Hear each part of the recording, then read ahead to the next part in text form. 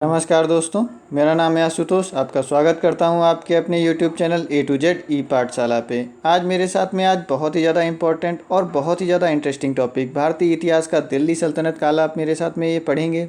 इसको आप ये हर एक एग्ज़ाम में बहुत ज़्यादा इम्पोर्टेंट है। इससे क्वेश्चन सबसे ज़्यादा बनते हैं और इसका इतिहास हमें लिखा हुआ भी बहुत जगह मिलता है, इसलिए इसके क्वेश्चन भी बहुत ज़्यादा हैं जो पूछे जाते हैं। इसमें मैं सारे टॉपिक आपके एनसीईआरटी और जो भी important question UP triple SC के एग्ज़ाम्स में पूछे गए हैं उनको सबको मैंने मैक्सिमम को कोशिश करने की इसमें शामिल किया हुआ है और कोशिश की है कि आपका कोई भी पॉइंट इसमें ना छूटे। इसको पूरा शुरुआत से लेकर आखिरी तक ही देखिएगा, जिसमें आपका 1 या 2 नंबर का क्वेश्चन किसी भी एग्ज़ाम में जो इससे आता है वो कभी भी ना छूटे। जिसको एग्ज़ाम में 50 नंबर के क्वेश्चन आते हैं, 50 क्वेश्चन आते हैं, उसमें तो इससे जो है बहुत ज़्यादा क्वेश्चन पूछे जाते हैं। इसलिए एक एक चीज़ जो भी मैं इसमें बताऊं उसको बड़े ध्यान से नोट कर लीजिएगा अपने पास में, और नोट करने के साथ में ध्यान से सुन के पढ़िएगा भी। और चलते हैं आगे, हम शुरू करते हैं अपना दिल्ली सल्तनत काल। दिल्ली सल्तनत काल में हमारे कौन कौन से वंश आते हैं? गुलाम वंश आता है। दिल्ली सल्तनत काल जान लीजिए सबसे पहले, यह 1206 ईस्वी से लेकर के 1526 ईस्वी तक कुल कितने साल हो गए? जोड़ लीजिए इसको, 320 320 साल, 320 वर्ष तक दिल्ली पर मुस्लिम सुल्तानों का शासन रहा दिल्ली पर। इसी दिल्ली सल्तनत काल, इसी को ही जो है दिल्ली सल्तनत काल कहा जाता है। इसमें सबसे पहला सुल्तान कौन था? कुतुबुद्दीन ऐबक। ये दिल्ली सल्तनत का प्रथम सुल्तान था।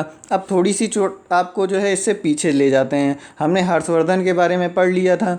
अब हर्षवर्धन के पढ़ने के बाद में बीच में कुछ चीज़ों को इन्होंने छोड़ दिया है। यूपी ट्रिपल एससी ने इम्पोर्टेंट नहीं समझा है और उनको छोड़ दिया है। फिर हम काल के बारे में पूछा हुआ है कि हाँ, ये आपके सिलेबस में दे रखा है, इसमें आते कहाँ से हैं ये, इसके बारे में भी थोड़ा सा हम हिस्ट्री आपको बता देते हैं, जिसमें आपका ज़्यादा अच्छे से ये कनेक्ट हो जाएगा कि मुस्लिम आक्रमण सबसे पहले जो होता है वो कब होता है और कौन कौन से मुस्लिम शासक इसमें स्टार्टिंग में आते हैं, जिनकी वजह से यहाँ पर मुस्लिम शासन यहाँ पर स्टार्ट होता है। जानते हैं कि मुस्लिम आक्रमण कब से हुआ और मुस्लिम भारत में कब से प्रवेश करते हैं और क्या क्या चीज़ें हुई उनके बारे में थोड़ा सा जान लें। ये भी बड़ा इंटरेस्टिंग चीज़ें हैं। उससे जब फिर आप कनेक्ट करके आगे ये पढ़ना शुरू करेंगे तो बहुत अच्छे से आपको समझ में आएगा। सबसे 712 ईस्वी में मोहम्मद बिन कासिम के बाद तुर्कों ने इस क्षेत्र पर आक्रमण किया। मोहम्मद बिन कासिम के बाद में तुर्कों ने ये इम्पोर्टेंट चीज़ है, तुर्कों ने आक्रमण किया। तुर्क थे कौन? तुर्क जो थे वह चीन की उत्तर पश्चिमी सीमाओं पर रहने वाली एक बर्बर और असभ्य जाति कहा जाता था इनको, बर्बर व असभ्य जाति। इसका उद्देश्य क्या था? इसका उद्देश्य था विशाल साम्राज्य, मुस्लिम साम्राज्य का स्थापना करना। भारत में सबसे पहले गजनी के शासन कुल से संबंधित सुक्त बुक्त गीत ने 977 ईस्वी में आक्रमण किया सबसे पहले। फिर वह गजनी में स्वतंत्र तुर्की राज्य स्थापित करने वाला शासक अल्पतगीन का दामाद था। अल्पतगीन का दामाद। महमूद गजनवी का आक्रमण फिर होता है। महमूद गजनवी का पुत्र, ये किसका था? सुब्बुक्तगीन का पुत्र था महमूद गजनवी ने 1000 से लेकर के, इसके बारे में बहुत बार पूछा भी जाता है, 1000 से लेकर के 1027 ईस्वी के बीच भारत में 17 बार आक्रमण किया। उसके बाद इसका काम क्या होता था? ये आक्रमण करना, भारत में लूटपाट करना आक्रमण होता था, धन संपदा को भारत की लूटना। इसने अपना पहला आक्रमण 1000 ईस्वी में किया था। यह भारत के सीमावर्ती इलाकों पर किया था। इसने अपना 16वां और सर्वाधिक महत्वपूर्ण आक्रमण जो किया था वो 1025 ईस्वी में सोमनाथ मंदिर को निशाना बनाया था और इसने वहाँ का मंदिर तोड़ा, साथ में वहाँ की सारी धन संपदा को, ज़्यादातर को, अपार धन संपदा को लूट कर ले गया। इसने अपना 17वां और अंतिम, देखिए 17 बार बताया था, तो 17वां और अंतिम अपना आक्रमण जो किया था वो पंजाब में किया था, पंजाब में किया। इसके बाद में 1030 ईस्वी 1030 ईस्वी में इसकी मृत्यु हो जाती है। आपसे पूछा जाता है मूर्ति भंजक किसे कहते हैं? भंजक, तो यह जो है इसी को ही महमूद गजनवी को मूर्ति भंजक भी कहा जाता है। महमूद गजनवी के समय अनेक विद्वान भारत आए, इनमें एक फिरदौसी, इसके बारे में पूछा जाता है आपसे। फिरदौसी और अल बरूनी, इन दोनों के बारे में एग्ज़ाम में बहुत बार पूछा गया है। अल बरूनी, ठीक, ये हो गया। ये दोनों प्रसिद्ध थे। फिरदौसी की किताब है, उसका नाम क्या है? शाहनामा, फिरदौसी की किताब। और अल बरूनी की किताब के बारे में भी पूछा जाता है कि अल बरूनी ने कौन सी किताब लिखी? इसने लिखी थी किताब उल हिंद, यह इसने लिखी। अब आगे बढ़ते हैं। फिर होता है मोहम्मद गौरी का आक्रमण। एक पेज और ऐड कर लेते हैं मोहम्मद गौरी के आक्रमण के लिए।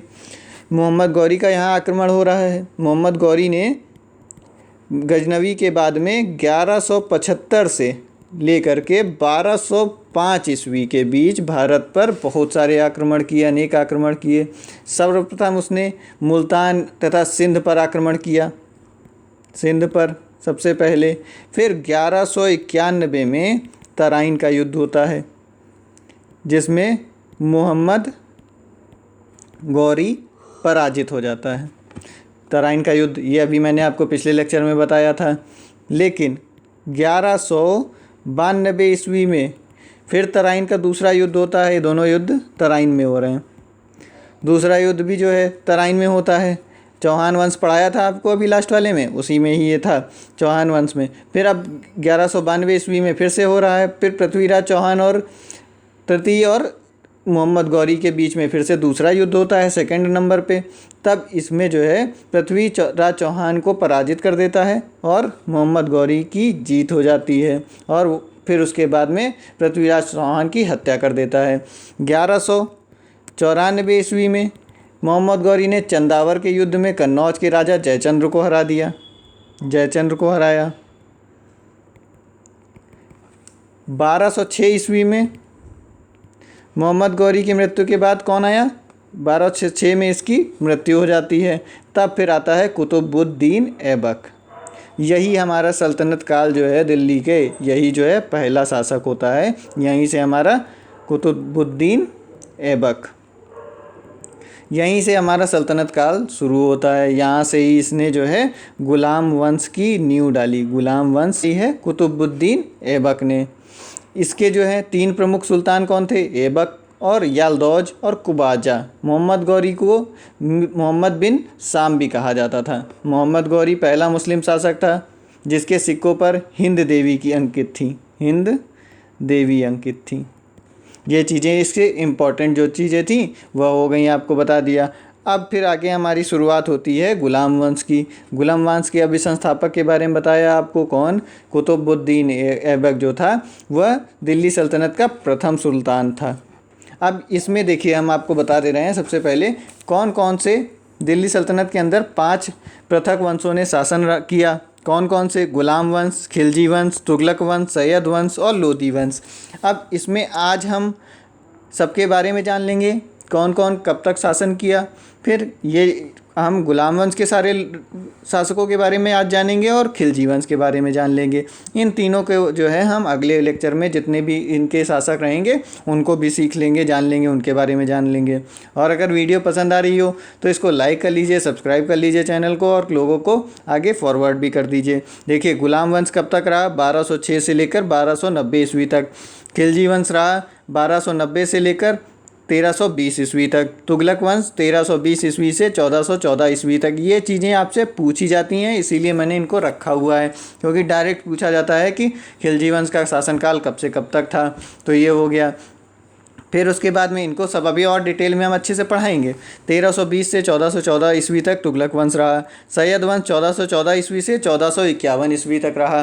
फिर उसके बाद लोधी वंश जो है 1751 से 1526 ईस्वी तक लोधी वंश ने शासन किया। अब इसके अंदर जानते हैं हम विभिन्न शासकों का शासनकाल, कौन कौन से शासक जो हैं इसमें रहे। अब ये इसका काउंट भी कभी कभी पूछ लेते हैं कि ये कितने साल तक रहा। इसको कलर चेंज कर लें तो आपको ज़्यादा अच्छे समझ में आ जाएगा। इनके बीच में ये देखिए माइनस करेंगे तो ये आएगा 84 वर्ष। गुलाम वंश कितने वर्ष तक शासन किया? 84 वर्ष। फिर उसके बाद इसको माइनस करेंगे, ये आएगा 30 वर्ष। 30 वर्ष तक इन्होंने शासन किया। फिर तुगलक वंश आता है।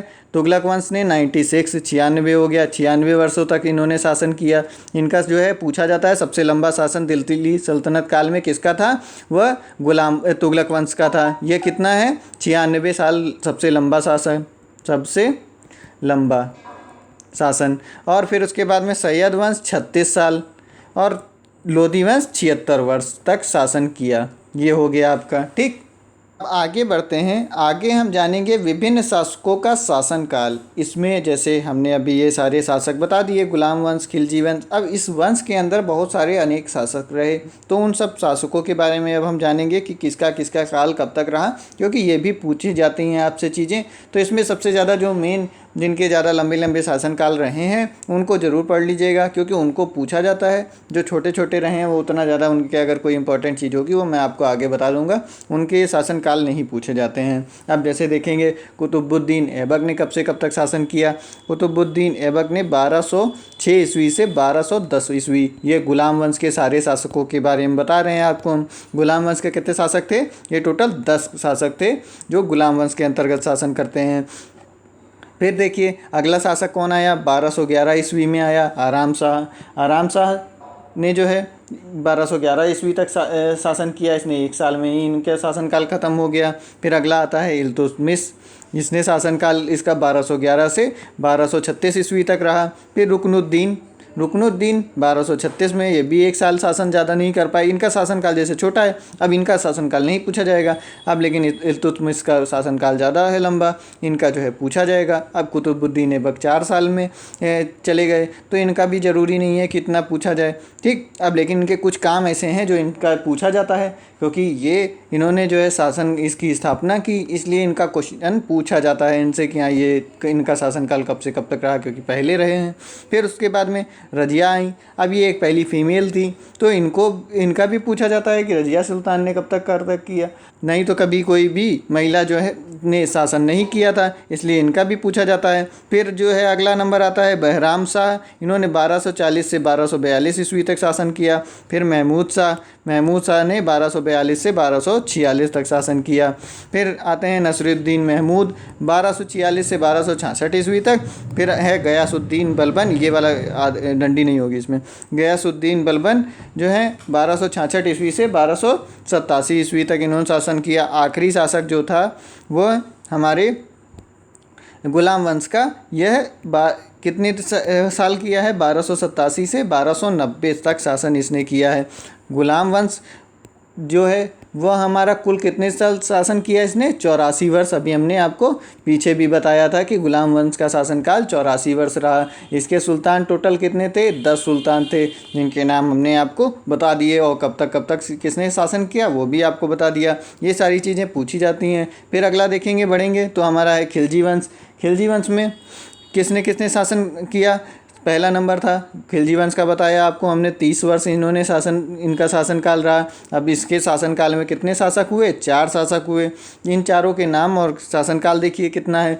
जलालुद्दीन फिरोज खिलजी, इसका शासनकाल 1290 से 1296 ईस्वी तक रहा। फिर अलाउद्दीन खिलजी 1296 से 1396 ईस्वी तक रहा। फिर कुतुबुद्दीन मुबारक खां, इसका जो है 1316 से 1320 ईस्वी तक रहा। इन सारे चीज़ का क्वेश्चन मैं करवाऊंगा आपको टेलीग्राम चैनल पे। क्विज़ होता है रोज़ शाम को 9 बजे, उसमें आपको इसके क्वेश्चन जो हैं पुराने ईयर के आए हुए वो रोज़ क्विज़ होता है। आप उनको जो उस चैनल को ज्वाइन कर लिए, डिस्क्रिप्शन में लिंक दे रखा है, उसमें आप क्विज़ करेंगे तो ये सब चीज़ें आपको ज़्यादा अच्छे से याद हो जाएंगी। फिर आखिरी शासक कौन था? खुसरो शाह, ये आखिरी शासक था। इसने जो है 1320 में अप्रैल से सितंबर सितंबर तक शासन इसने किया। ये हो गया इसका, ये 1320 अप्रैल से 1320 सितंबर 1320 तक इसने शासन किया। फिर अगला बढ़ते हैं, अगला जो है तुगलक वंश। तुगलक वंश कितने साल शासन किया था? 96। सबसे लंबा शासनकाल तुगलक वंश का रहा था, 96 साल सबसे लंबा, ये पूछा था, आपको बताया था। फिर उसके बाद में ये पूछा भी जाता है कि हाँ किस वंश का शासनकाल सल्तनत काल में कि सबसे लंबा था? तुगलक वंश का सबसे लंबा शासनकाल था। इसमें कितने हुए टोटल? 8 शासन इसके जो हैं शासक हुए 8। अब इसमें पहला कौन था? गयासुद्दीन तुगलक शाह। 1320 से 1325 ईस्वी तक में इसने शासन किया 5 साल। फिर मोहम्मद बिन तुगलक 1325 से 1351 तक। फिर फिरोज़ तुगलक जो है उसने 1351 से 1388 तक। फिर गयासुद्दीन तुगलक आते हैं, इनका द्वितीय नाम, ठीक, गयासुद्दीन तुगलक ये भी थे, इसलिए इनका आगे द्वितीय लग गया।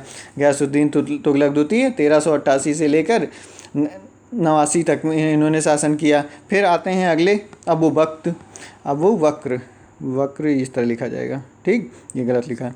अबू वक्र 1389 से ईस्वी तक में ही इन्होंने शासन किया, ठीक, इसमें ही कुछ महीने इन्होंने शासन किया। फिर आते हैं नसीरुद्दीन मोहम्मद शाह 1390 से 1394 ईस्वी तक। फिर आते हैं अलाउद्दीन सिकंदर शाह या हुमायूं भी इनको कहा गया।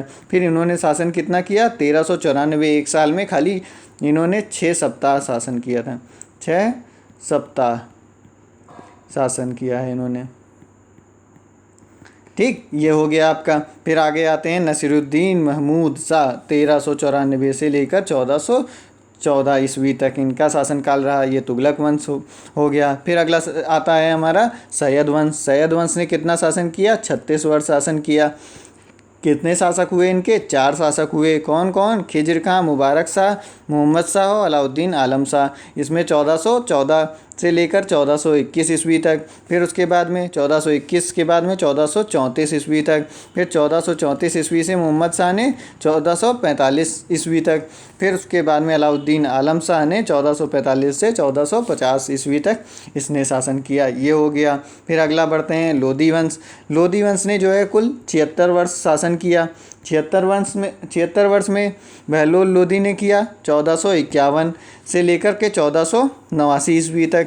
फिर सिकंदर लोधी, इसमें देखिए 3 शासक हुए हैं। सिकंदर लोधी 1489 से लेकर के 1517 ईस्वी तक इसने शासन किया। फिर अगला आता है इब्राहिम लोधी, जिसने शासनकाल इसका 1517 से 1526 ईस्वी तक शासन रहा। इसको 2-3-4 बार पढ़ लीजिएगा, आपको लगभग जो इंपॉर्टेंट मेन ज़्यादा शासन किया है उनका जो है याद हो जाएगा। अभी आगे सब डिटेल में फिर से बताएंगे तो उसमें भी इनका लगभग आपको चीज़ें रिपीट हो जाएंगी, तो आपको अच्छे से वो चीज़ें याद हो जाएंगी। चलिए अब पढ़ते हैं हम दिल्ली सल्तनत, गुलाम वंश के बारे में सबसे पहले शुरू करेंगे हम। गुलाम वंश को बताया आपको हमने 1206 ईस्वी से लेकर के 1290 ईस्वी तक इन्होंने शासन किया।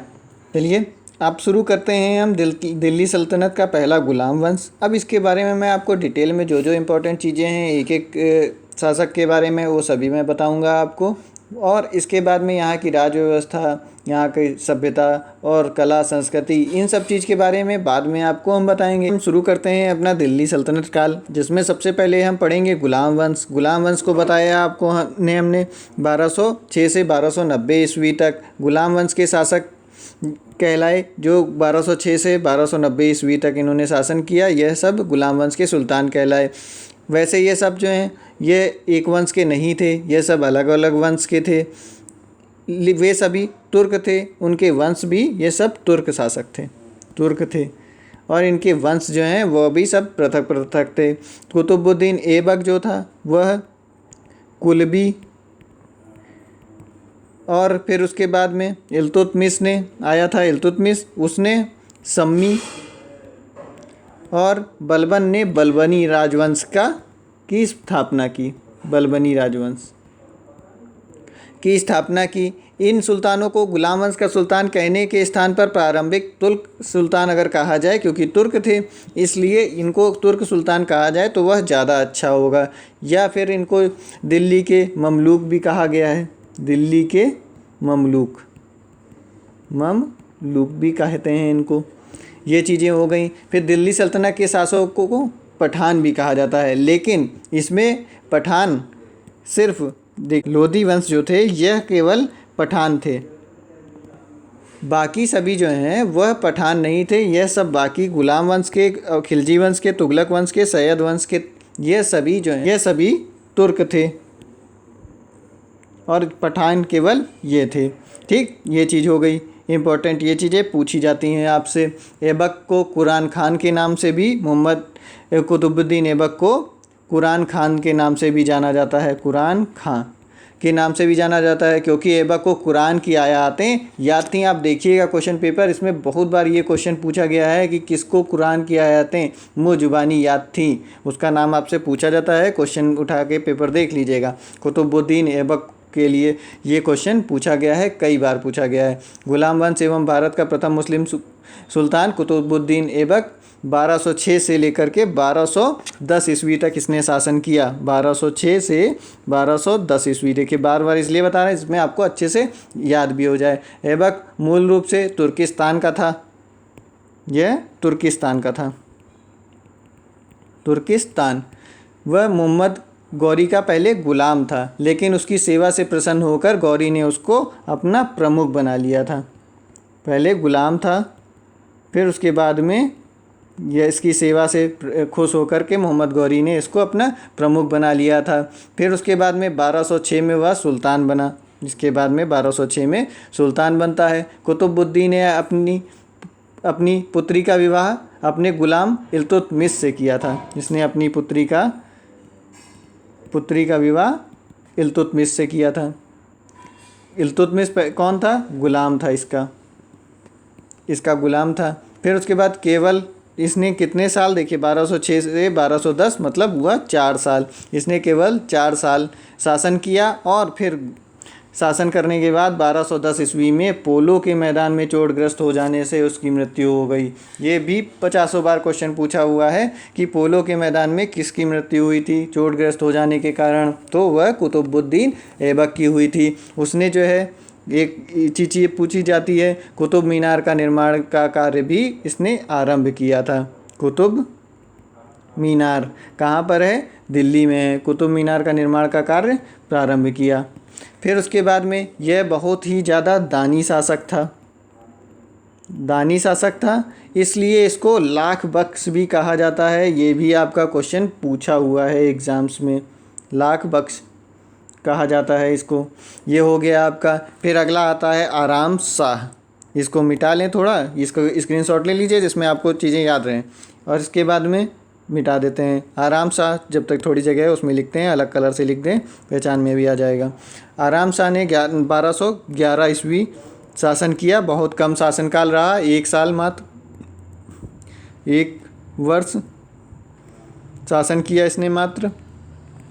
बस इनकी कोई ऐसी बहुत ज़्यादा उपलब्धि नहीं है जो पूछी जाती हो, बस इतना है कि ये बीच में आते हैं तो इनको आपको बता दिया जाता है। देखते हैं अगला आता है इल्तुतमिश। इल्तुतमिश ने 1211 से लेकर के 1236 ईस्वी तक शासन किया। इल्तुतमिश यह एक योग्य शासक था, योग्य शासक, गुलाम था। फिर उसके बाद में इनको शासन भी मिल गया, उसकी पुत्री से विवाह किया, इसलिए इनको शासन मिला और यह एक योग्य शासक था। इल्तुतमिश को दिल्ली सल्तनत का वास्तविक संस्थापक बाद में कहा गया।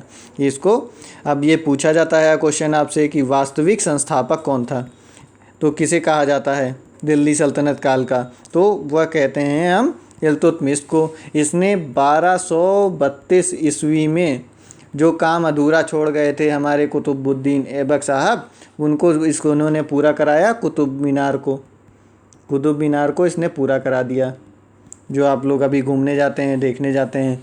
फिर उसके बाद में अगला आता है इल्तुतमिश पहला सुल्तान था जिसने खलीफा से खिल्लत मांगा था। खिल्लत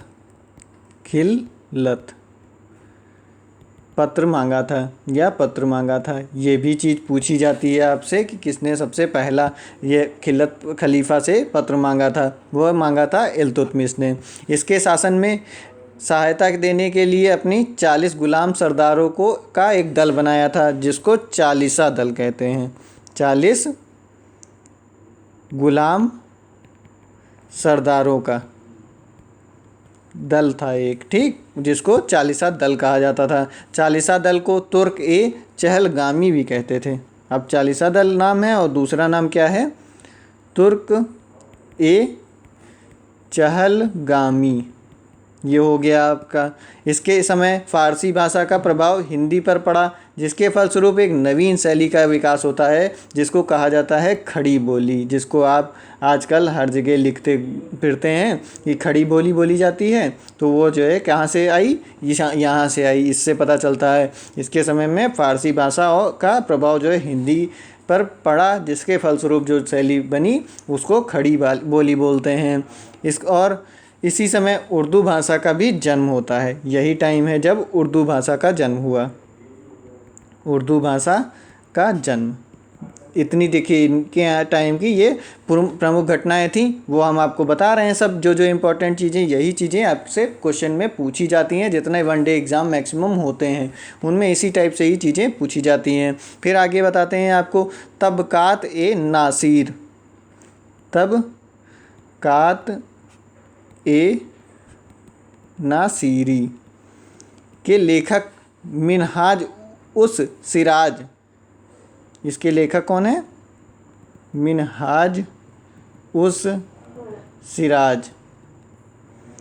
फिर उसके बाद में अगला ये देखिए, रूहानी एवं मलिक ताजुद्दीन रेजाब, ये हैं।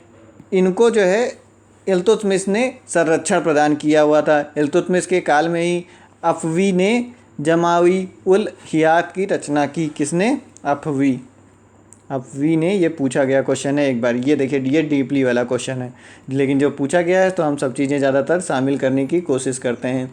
हिकायत की रचना की थी। इस काल में भारतीय कला पर इस्लामी प्रभाव पड़ना शुरू हो गया था। जैसे देखिए भाषा पे पड़ा प्रभाव, जब लोग रहेंगे और शासन जिसका होता है उसकी ही फिर सब चीज़ चलती है, तो उसके हिसाब से देखिए सब चीज़ पे प्रभाव भी पड़ेगा। तो उसी तरह से इस पे भी प्रभाव पड़ना शुरू हो गया, भारतीय कला पर भी। इसके कारण जो है एक नवीन हिंदू मुस्लिम मिश्रित कला का प्रादुर्भाव हो जाता है। हिंदू मुस्लिम मिश्रित कला, मुस्लिम मिश्रित कला का प्रादुर्भाव होता है, मिश्रित कला। ठीक, ये चीज़ें हो गई आपकी।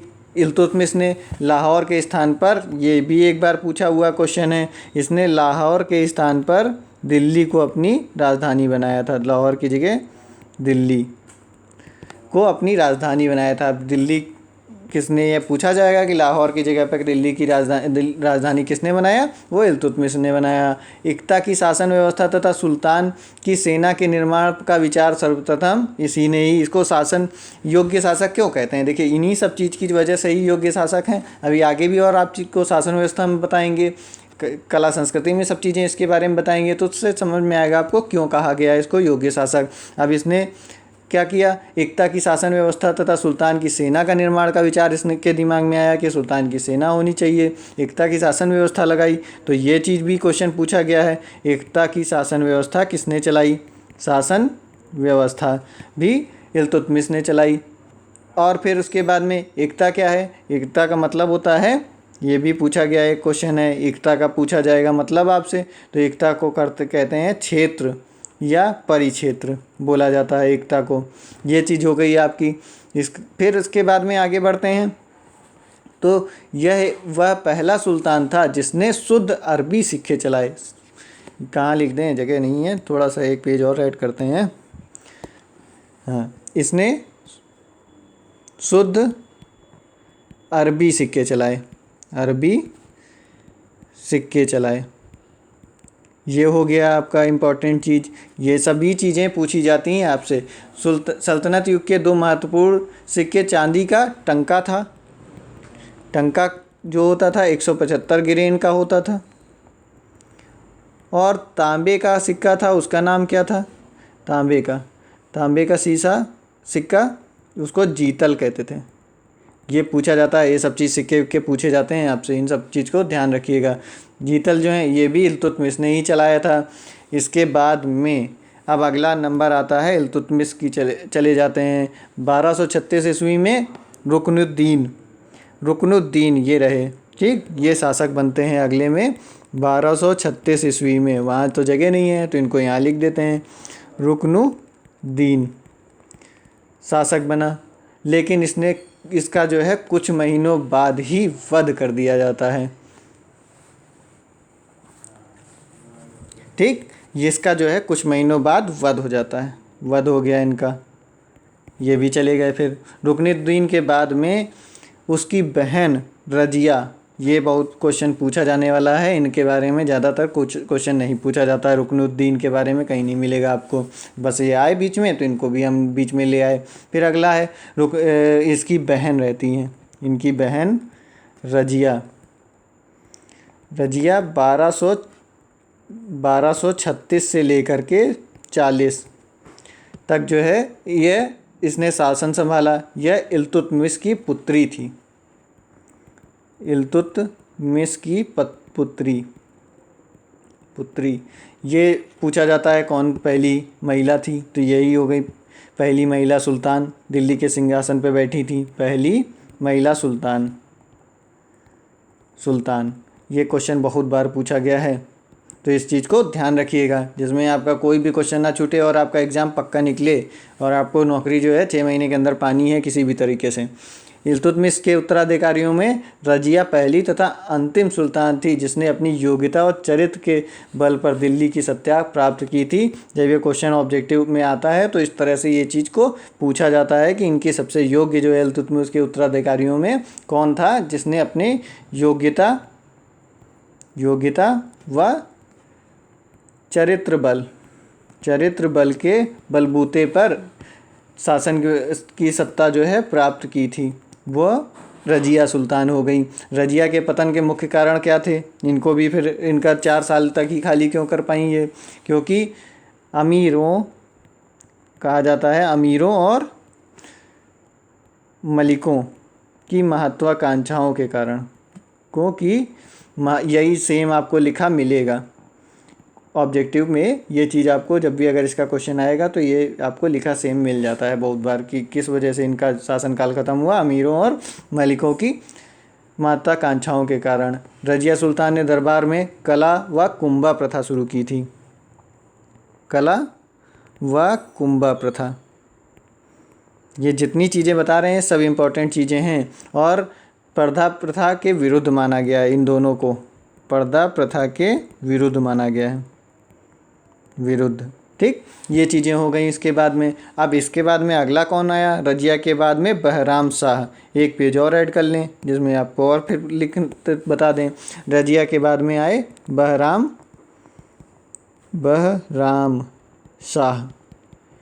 कब से कब तक, 1240 से 1242 तक। ये कितने साल, 2 साल इन्होंने शासन किया है। इसके समय तुर्क जो हैं अमीरों को नायाब मुमलिकात कहते थे।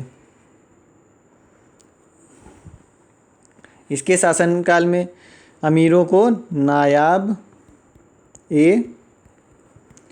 मुमलिकात नियुक्त करने का अधिकार मिला।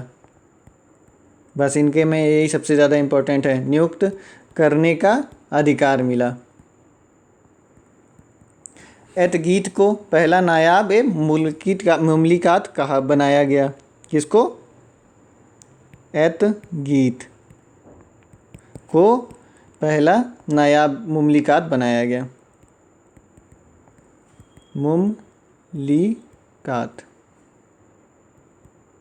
बनाया गया। ये चीज़ें हो गई आपकी। बहराम के बाद में कौन आता है, महमूद शाह आते हैं। महमूद शाह ने कब तक शासन किया, 1242 से 46 तक, 4 साल इन्होंने शासन किया। इसके समय मुख्य शक्ति बलबन के हाथों में थी, इनके हाथों में कोई इतना ज़्यादा पावर नहीं था, बलबन के हाथों में थी। 1246 ईस्वी में महमूद शाह को सिंहासन के हटा दिया गया और कारागार में इसको डाल दिया गया। फिर 46 में हटाया गया, कारागार पहुंचाया गया, इनको कारागार पहुंच गए। फिर अगला शासक आ गया नसीरुद्दीन महमूद। नसीरुद्दीन महमूद शासक बन गया कब से कब तक, 1246 से लेकर के 1266 ईस्वी तक। जिसका जो इम्पोर्टेंट जहाँ पर होगा उसको हम बताते रहेंगे आपको, किसमें क्या चीज़ें पूछी जाती हैं। इनका जो है बस यही इम्पोर्टेंट है तो वो उतनी चीज़ें बता देते हैं हम आपको। इसके में भी जो है शासन व्यवस्था और सबसे ज़्यादा हाथ बलबन के हाथों में ही शक्तियाँ थी, इसके भी शासन में वास्तविक शक्ति। ठीक, फिर उसके बाद में सुल्तान महमूद। अगला आता है कौन? सुल्तान महमूद। यह एक धार्मिक सुल्तान कहा जाता है इनको, ये चीज़ पूछी जाती है, धार्मिक सुल्तान किसको कहते हैं? सुल्तान किसे कहा जाता है? सुल्तान महमूद को। उसके बारे में कहा जाता है कि वह कुरान की नकल कर उसे बेचता था और उसी से अपना खर्च चलाता था, और पत्नी उसकी स्वयं खाना बनाती थी। इतना धार्मिक था कि वहाँ शासन से पैसा चाहे जो करता वो नहीं करता था, वह कुरान की नकल करके बेचता था। यही इनकी जो है खासियत, यही एग्ज़ाम में पूछी जाती है कि कुरान की नकल कर बेचता था। ठीक, इनकी पत्नी खाना खुद बनाती थी और खर्च भी अपना खुद ही ये चलाते थे, शासन से वहाँ से नहीं लेते थे, राज्य से। 36 वर्ष की अवस्था में 1265 ईस्वी में इसका इन्हें शासनकाल इनका रहा, तो ये 1265 ईस्वी में इसकी मृत्यु हो गई। इसके बाद में शासन बनता है गयासुद्दीन बलबन। अब यही बलबन जो है यहाँ पे पहले देखिए असली शक्ति लिए हुए थे इन दोनों शासनकाल के समय, और फिर ये सुल्तान महमूद आते हैं। फिर जब ये भी चले जाते हैं तब आते हैं गयासुद्दीन बलबन। इसने शासन किया कब से कब तक? 1266 से लेकर के 1287 ईस्वी तक इसने शासन किया। एक इसने नवीन राजवंश अपना बनाया, जो स्टार्टिंग में बताया था, बलबनी राजवंश की नींव डाली। बलबन प्रारंभ में इल्तुतमिश के 40 गुलामों का एक सदस्य था। देखिए यहाँ पे बताया था 40 गुलामों के बारे में। ये 40सा दल इसका एक सदस्य था पहले। फिर उसके बाद में जो है इन्होंने अपना खुद ही शासक बन गए इल्तुतमिश, लेकिन बाद में अपनी योग्यता के आधार पर यह सुल्तान बन गया। देखिए यहाँ पे देता रहा इनको साथ में सहयोग, फिर उसके बाद में यहाँ पर खुद ही सुल्तान बन गया।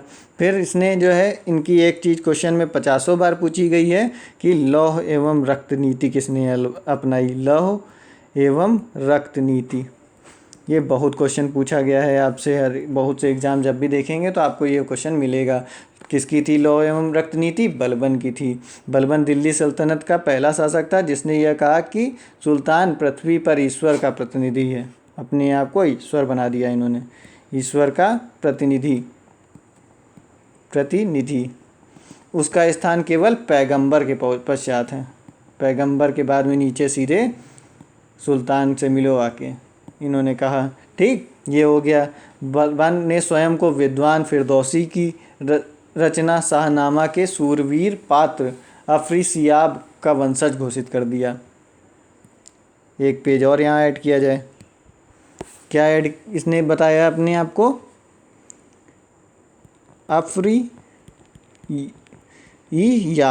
अफरीसियाब अपने आप को घोषित कर लिया इन्होंने। बलबन ने दरबार में ईरानी परंपराओं सिजदा पैबोस, सिजदा क्या होता था? साष्टांग दंडवत बोला जाता था। साष्टांग दंडवत के बारे में जानते होंगे, पूरा लेट के जो है दंडवत करते हैं उसको बोलते हैं साष्टांग दंडवत। फिर इसके बाद पैबोस बोलते हैं, ये सिजदा हो गया। फिर पैबोस बोलते हैं कदमों को चूमना, सुल्तान के कदमों को चूमना।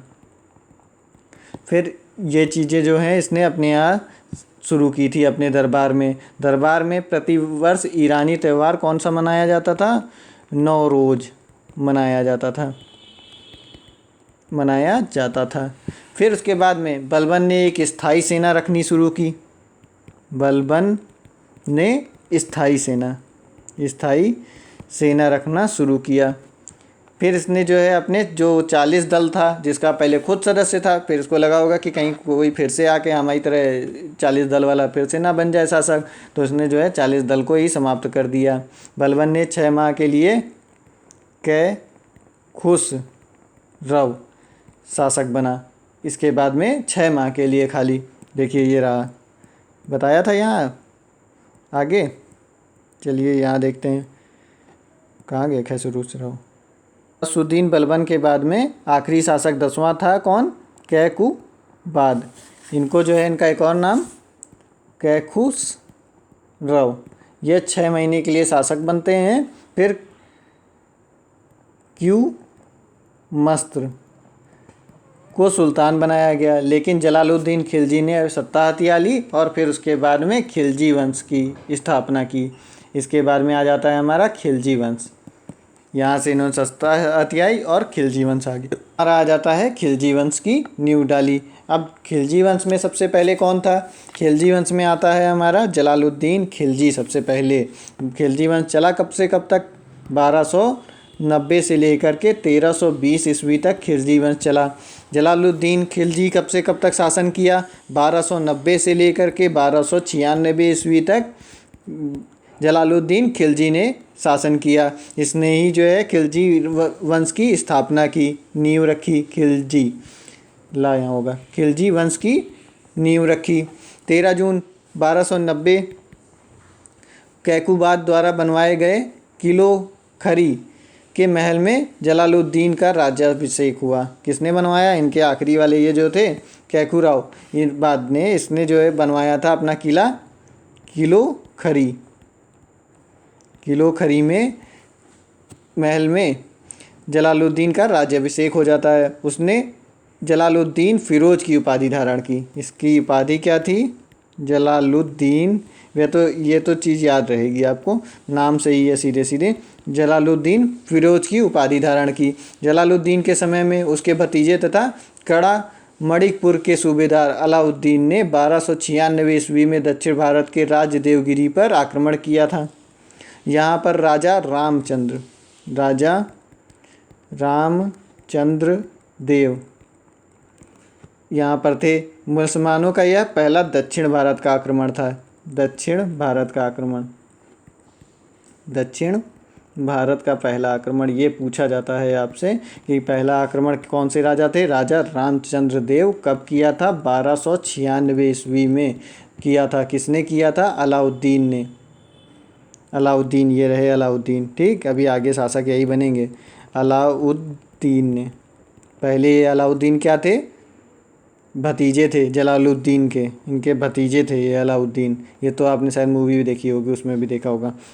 इनके भतीजे थे और माणिकपुर के सूबेदार था ये। माणिकपुर का सूबेदार, ठीक। ये जितनी चीज़ें इंपॉर्टेंट थी वो इसमें हमने आपको बताई। अब इसके बाद में 20 जुलाई 1296 ईस्वी को नदी के किनारे ही अलाउद्दीन ने जलालुद्दीन का वध कर दिया। इसने इसको उठा के मार दिया, ख़त्म किया इनको।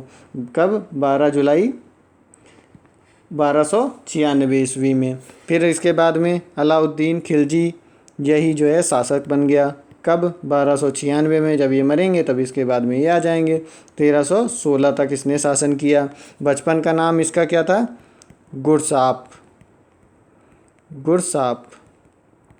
बचपन का नाम था। अलाउद्दीन खिलजी दिल्ली सल्तनत का एक महान शासक था। इनको एक महान शासक कहा जाता है, महान शासक।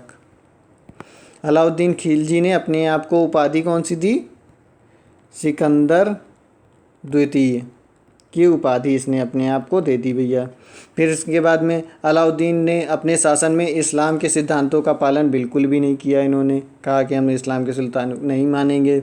उसने खलीफा से सुल्तान के पद की स्वीकृति भी नहीं ली। खलीफा से पद की स्वीकृति भी नहीं ली। बाकी सब लेते थे, ये नहीं इन्होंने ली कि हम बन गए शासक, और स्वीकृति भी नहीं ली। स्वयं ही यमीन उल खिलाफत नासिर अमीन मुमकिन, खलीफा का नाइब अपने आप की उपाधि इसको बोलते थे। यामीन उल खिलाफत नासिरी अमीर मुमकिन, ये हो गया। इसको क्या बोलेंगे? खलीफा का नाइब की उपाधि इन्होंने अपने आप को दे ली। फिर इसके बाद अलाउद्दीन का पहला सुल्तान जो है, अलाउद्दीन दिल्ली का पहला सुल्तान था जिसने धर्म पर राज्य का नियंत्रण स्थापित किया। पहला सुल्तान था जिसने धर्म पर, ये वाला पेज लगाएं। अलाउद्दीन पहला शासक था, सुल्तान था जिसने धर्म पर राज्य का नियंत्रण स्थापित किया। अलाउद्दीन ने राज्य के चौधरी, खुत तथा मुकदम जो पुराने लगान अधिकारी थे तथा सभी हिंदू थे से लगान वसूल करने का अधिकार छीन लिया। उसने विशेषाधिकार सबका समाप्त कर दिया, विशेषाधिकार समाप्त किया, ये चीज़ थी। अलाउद्दीन ने लगान पैदावार का 1/2 भाग, पहले 1/6 भाग होता था, 1/2 भाग इन्होंने कर दिया। फिर उसके बाद में अलाउद्दीन ने भूमि की पैमाइश कराकर लगान वसूल करना शुरू किया। भूमि की पैमाइश कराकर लगान वसूल करना प्रारंभ किया। इसके लिए एक बिस्बा को इकाई माना गया। लगान वसूलने के लिए बिस्बा को इकाई माना गया। ऐसा करने वाला अलाउद्दीन पहला शासक था, इसीलिए जो है यह पूछा भी जाता है आपसे, पहला शासक हो गया।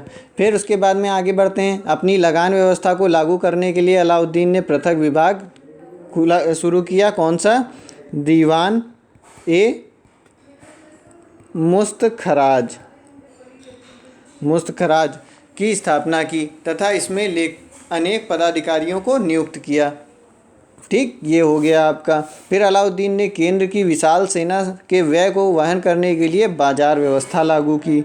बाजार व्यवस्था लागू की। इस प्रकार के बाज़ारों में सामान पहुंचाने हेतु बंजारों की सहायता ली। अब आगे एक और चीज़ बताते हैं आपको, क्या है? सहाना ए मंडी के कार्यालय में सभी व्यापारियों को पंजीकरण करवाना पड़ता था। इन कार्यालयों की देखरेख के लिए दीवान ए रियासत को रखा गया। रियासत और सहाना ए मंडी के लिए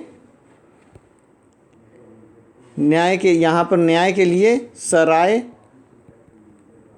अदल नाम के बड़े पदाधिकारियों की नियुक्ति की गई। इसके अलावा बरीद ए मंडी तथा मुनहियांस आदि पदाधिकारियों को भी नियुक्त किया गया। बरीद ए मंडी, मुनहियांस पदाधिकारियों को भी नियुक्त किया गया। अलाउद्दीन ने केंद्र में एक स्थायी तथा बड़ी सेना रखी। उसने नगद वेतन दिया। ऐसा करने वाला वह दिल्ली का पहला शासक था। देखिए, यही चीज़ें पूछी जाती हैं, जो एकदम यूनिक कोई काम करता है वो चीज़ें ज़्यादा पूछी जाती हैं। इन्होंने क्या है, एक स्थायी सेना रखी, स्थायी सेना, और दिल्ली का पहला शासक था जिसने नगद वेतन दिया, नगद वेतन भी दिया। सेना को दशमलव प्रणाली के आधार पर गठित किया। दशमलव प्रणाली के आधार पर गठित किया। ये भी एक इनकी अलग बात थी। अलाउद्दीन ने सेना में अनेक सुधार लागू किए। घोड़ों को दागने का काम उनके ऊपर निशान बनता था। ठीक, दागने। सैनिकों को हुलिया रखने की प्रथा प्रारंभ की कि एक ही हुलिये में सारे सैनिक रहेंगे। सैनिकों का हुलिया रखने की प्रथा प्रारंभ की। सैनिकों की भर्ती को किया जाने लगा, भर्ती की जाने लगी। उसको कहा जाने लगा आरिज ए मुमलिक कहा जाने लगा। इन सुधारों से अलाउद्दीन को एक श्रेष्ठ सेना का निर्माण करने में सफलता मिली। ये सारी चीज़ें बताई आपको। इससे इसने अपनी एक बढ़िया सी सेना गठित कर ली। सेना में सबसे बड़ा पदाधिकारी, सेना का सबसे बड़ा पदाधिकारी होता था, उसको खान कहा जाता था। अलाउद्दीन ने दक्षिण भारत की विजय के लिए अभियान शुरू किया। अलाउद्दीन ने दक्षिण भारत के राज्यों पर आक्रमण का उद्देश्य धन और विजय की इच्छा दोनों थे। वहाँ से धन लूटना और विजय की इच्छा दोनों थे। अलाउद्दीन के समय दक्षिण भारत की विजय का प्रमुख श्रेय मलिक काफूर को दिया जाता है। इसको आपने मूवी में भी देखा होगा। मलिक काफूर को दिया जाता है, जिसे एक गुलाम के रूप में खरीदा गया था, जो अपनी योग्यता से राज्य शासन के सबसे बड़े पद नायब तक पहुँच गया था। नायब तक पहुँचा अपनी योग्यता के कारण। मलिक काफूर एक हिजड़ा था। काफूर, ठीक। फिर आगे बढ़ते हैं। उसके समय दक्षिण भारत में 4 संपन्न एवं शक्तिशाली राज्य थे। जिस समय पे ये था कौन? होयसल। यह कौन थे यहाँ पर? वीरवल्लाल तृतीय। राजधानी इसकी द्वार समुद्र। दूसरा था तेलंगाना का काकतीय वंश, काकतीय राज्य। फिर यहाँ पर प्रताप रुद्रदेव और राजधानी इसकी वारंगल, रुद्रदेव। फिर अगला था तीसरा पांड्य राज्य, वीर पांड्य और यहाँ पर सुंदर पांड्य में संघर्ष हुआ, राजधानी इसकी मदुरई थी। ये सारी चीज़ें हो गई। फिर उसके बाद में तेलंगाना पर आक्रमण के समय यहाँ के शासक प्रताप रुद्रदेव ने काफूर को विश्व प्रसिद्ध कोहिनूर हीरा भी भेंट दिया था। ये देखिए इम्पोर्टेंट चीज़ है। तेलंगाना, यहीं से कोहिनूर हीरा आगे इधर उधर भागने लग गया। शासक कौन था? प्रताप रुद्रदेव ने काफूर को विश्व प्रसिद्ध कोहिनूर हीरा भेंट किया था, कोहिनूर हीरा भेंट किया था। अलाउद्दीन के समय में मंगोलों के सबसे भयंकर और अधिक आक्रमण हुए, परंतु अलाउद्दीन ने उन सभी पर विजय प्राप्त की, सफलता प्राप्त की। 5 जनवरी 1316 ईस्वी में बीमारी से अलाउद्दीन खिलजी की मृत्यु हो गई और अंतिम समय में मलिक काफूर ने शासन की बागडोर अपने हाथों में ले ली। ठीक, चलिए ये हो गया, मलिक काफूर ने अपने हाथों में बागडोर ले ली। फिर आगे क्या होता है देखेंगे। अलाउद्दीन के दरबार में वह दक्षिण भारत पर विजय प्राप्त करने वाला पहला सुल्तान था, पहला सुल्तान दक्षिण भारत पर विजय प्राप्त करने वाला, दक्षिण भारत पर विजय प्राप्त करने वाला। फिर अलाउद्दीन के दरबार में अमीर खुसरो और अमीर हसन देहलवी प्रसिद्ध विद्वान थे। अमीर खुसरो के बारे में बहुत बार एग्जाम में पूछा जाता है। अमीर खुसरो और अमीर हसन देहलवी प्रसिद्ध विद्वान थे। उसने 1000 खंबा महल, सीरी का किला और तालाब और सरायों का निर्माण कराया था। 1000 खंबा महल, ये सब चीज़ें तो अभी हम आपको बता देंगे किसके समय में किसका निर्माण हुआ, क्या चीज़ें हैं, पूरी लिस्ट दे देंगे जिसमें आपको याद रहेगा, सारी चीज़ें अच्छे से पढ़ सकेंगे आप। राजा का कोई सगा संबंधी नहीं होता, यह कहने वाला कौन था? अलाउद्दीन खिलजी था। इसीलिए देखिए उसने अपने इस संबंधी का वध भी कर दिया था। खुद के निकट जो है अलाई दरवाज़ा बनवाया इसने, सीरी का किला बनवाया। ये सारी चीज़ें अभी हम आपको दे देंगे। फिर उसके बाद में कुतुबुद्दीन मुबारक खिलजी आते हैं अगले। कुतुबुद्दीन मुबारक खिलजी कब से कब तक? 1316 से 1320 ईस्वी तक। अब ये देखिए, अब ये चीज़ बहुत ज़्यादा है, इसमें डीपली पढ़ने वाली चीज़ें, तो आप इसको अभी पढ़ेंगे तो 15 दिन में भी बहुत सारी चीज़ें पढ़ते रह जाएंगे। लेकिन जो इंपॉर्टेंट चीज़ें हैं वो हम इसमें बताने की कोशिश कर रहे हैं, जितना हमने एग्ज़ाम में देखा हुआ है उस हिसाब से आपको बताने की कोशिश कर रहे हैं कि आपकी कोई भी चीज़ छूटे ना, मिस ना हो। ठीक, चलिए देखते हैं 1320। अगर वीडियो पसंद आ रही हो तो इसको लाइक कर दीजिए, सब्सक्राइब कर लीजिए और दूसरों को शेयर भी कर दीजिए। पहले मुबारक खिलजी उदार शासक था, लेकिन बाद में उसका मानसिक संतुलन बिगड़ जाता है। पहले उदार था, फिर उसके बाद में मानसिक संतुलन बिगड़ गया, वह स्त्रियों के कपड़े पहनकर दरबार में आने लगा। यही इनका पूछा जाता है, स्त्रियों के कपड़े पहनते थे ये, जब इनका मानसिक संतुलन बिगड़ गया, पहनकर दरबार में आने लगा। तो ये चीज़ इनसे पूछी जाती है क्वेश्चन की कौन जो है दरबार में स्त्रियों कपड़े पहन के आता था।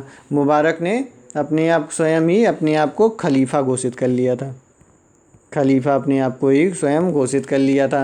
अप्रैल 1320 में खुसरो ने रात्रि को इनका कत्ल कर दिया, चले गए ये भी ऊपर। फिर इसके बाद में खुसरो शाह आ जाते हैं। इन्होंने भी ज़्यादा लंबा शासन नहीं कर पाए, जब दूसरे के लिए गड्ढा खोदोगे तो अपने लिए भी चलाता है।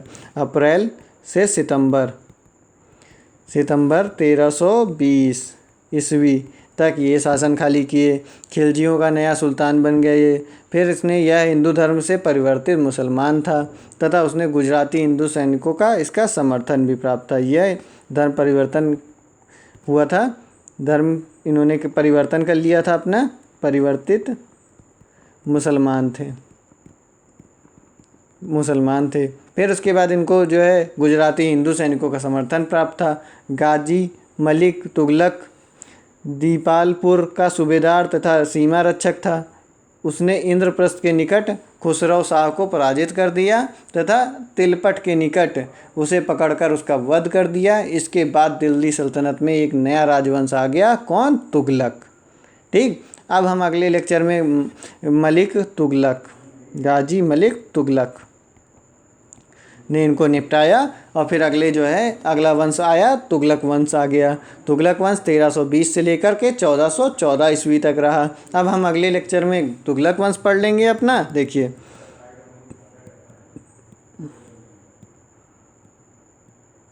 हाँ, अब देखिए यहाँ पे हम अगले लेक्चर में तुगलक वंश पढ़ लेंगे, सैयद वंश पढ़ लेंगे, लोधी वंश के बारे में पढ़ लेंगे।